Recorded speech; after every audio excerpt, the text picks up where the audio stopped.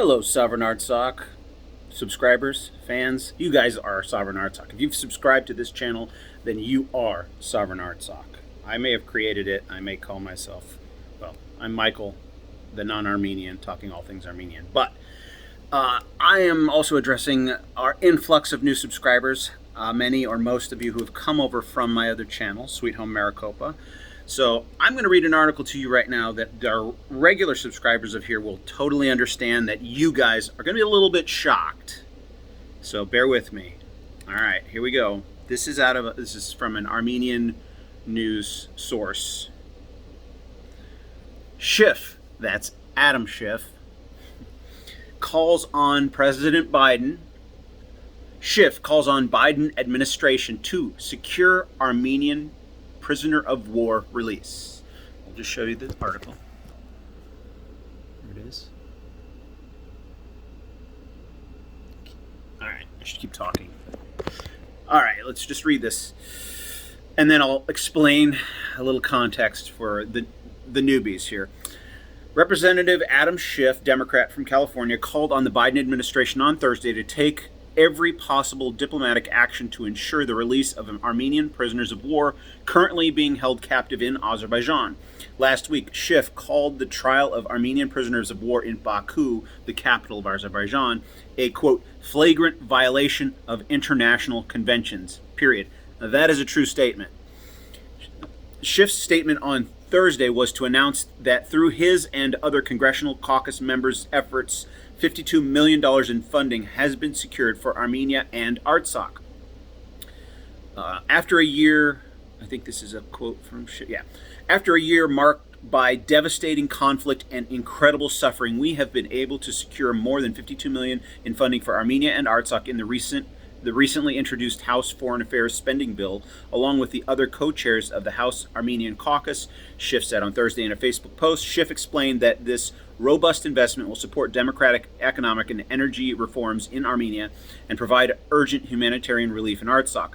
But our work is far from done, said the congressman. We must continue to push the Biden administration to take every possible diplomatic action to end Azerbaijani aggression and secure immediate release of all Armenian detainees and prisoners of war, some of whom have been tortured in violation of international human rights conventions. And we must also continue to push President Biden to withhold U.S. assistance from the Aliyev regime in Azerbaijan, which continues to commit grave human rights abuses and threaten the independence of Armenia. He added, "We will always stand with the people of Armenia and Artsakh, always," Adam Schiff said.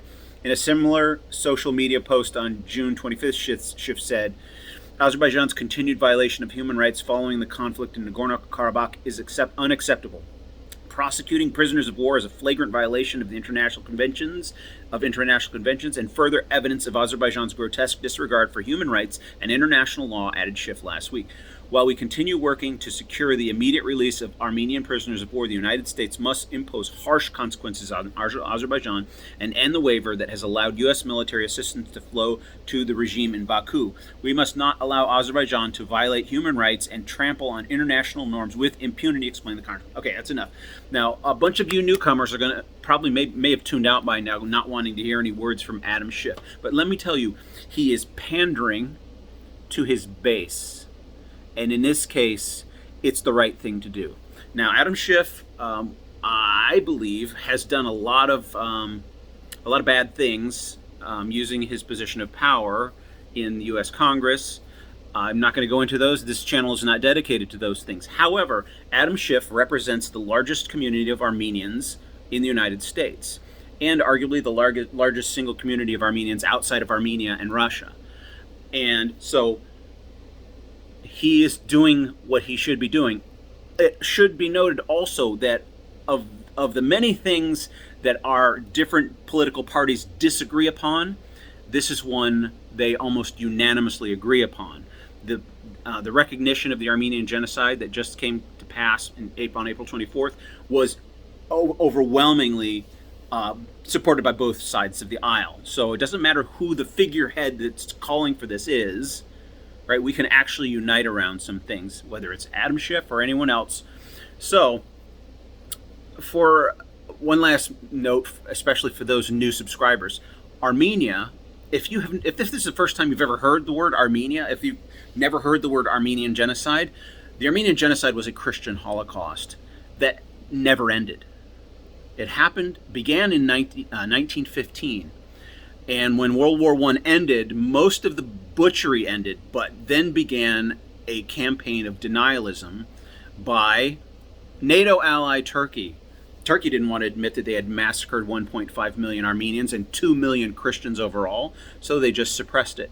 They used their political power or their political standing as a strategic place in the world, being an ally with the United States against their neighbor Russia or whatever, giving the United States places to put military bases. So it's been collusion between Russia and the United States to not recognize this. That's why nobody in our public school system hardly has ever even heard of the Armenian genocide or the Christian Holocaust. It was referred to as a Christian Holocaust before the word genocide was coined. All right, that's enough for now. Subscribe and share. And if you're not subscribed over at Sweet Home Maricopa, go there now and subscribe. We talk some other stuff over there.